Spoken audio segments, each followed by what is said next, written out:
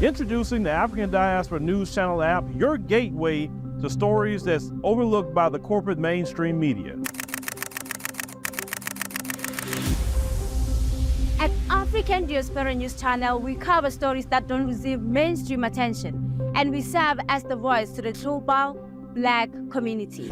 We are committed to informing and educating through the power of media, connecting the African diaspora one story at a time. With our platform, we're helping to end injustice by exposing it. Join us in standing for excellence in journalism and serving our community. Download the African Diaspora News app today.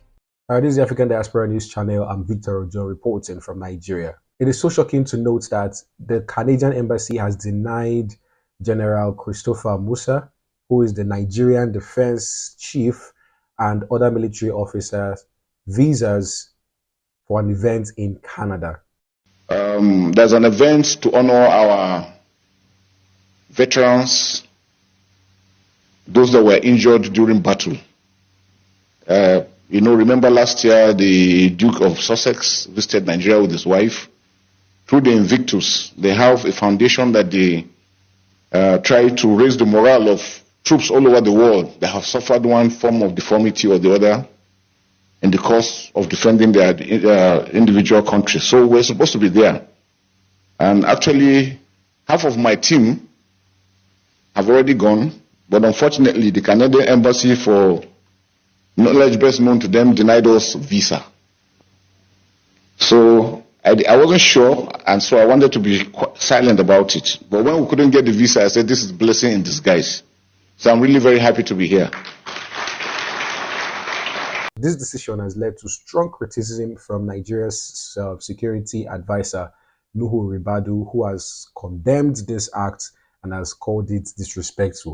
Just in case you don't know how powerful and influential the Chief of Defense Staff is, the Chief of Defense Staff in Nigeria is the head of the Nigeria Armed Forces, right?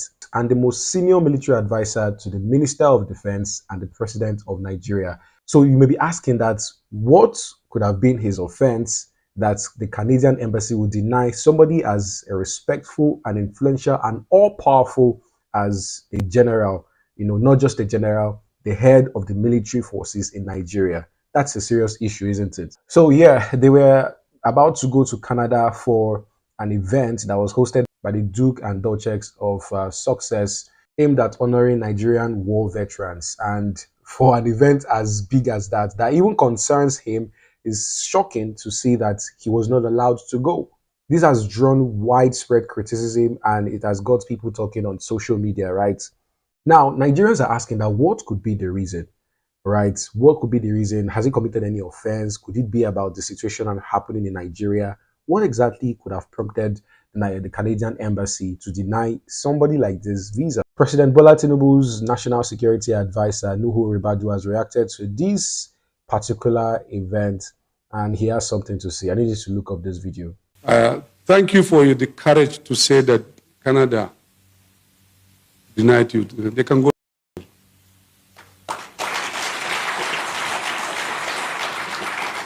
Even though it's painful, it's disrespectful, but we are people. We are strong. And I agree with you. We have to fix our country. We have to do it well. Yes, this disrespect is too much. So, yet is another reason why we work hard to make Nigeria work and be respected. Reality is beginning to dawn on them that it is actually time to fix Nigeria. Thousands of Nigerians have been denied visa by the same Canada in the last few years, and they have not come to say, let us fix Nigeria so that they will not deny Nigerians visas anymore. The truth is, whether we like it or not, these countries see what is going on in other countries. By the time they begin to see the rate of injustice, seeing the state of army brutality, police brutality, these are some of the reasons that could, cause them to deny visas. These Western countries are seeing all of these things happening, right? So now that it has happened to a top official, they are beginning to see that, yes, we have to fix our home. You're just realizing that, right? Okay, let's begin to take reactions. Someone said on X Engineer Ishaq Mohammed says, if Canada denied visas to Nigeria's Chief of Defense Staff, General Christopher Musa, and other top military officials, then it's likely because of all the human rights abuses happening under this government.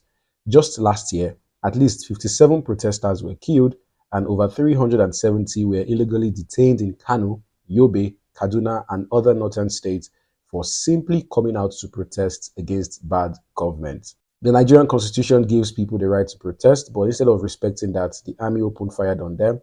The army opened fire on them and arrested many without cause. This is the same thing that happened during EndSARS in Lagos. Okay, let's take a comment by our fave online dog. It says the government of Canada denied visa applications for the Nigerian Chief of Defense Staff and many other military top brass. They just simply refused their visa, no consideration made for the fact that they are top military officials. A few months ago, some Nigerian police officers were denied Canadian visa due to their atrocities and brutalization of Nigerian citizens, most typically during the EndSARS saga.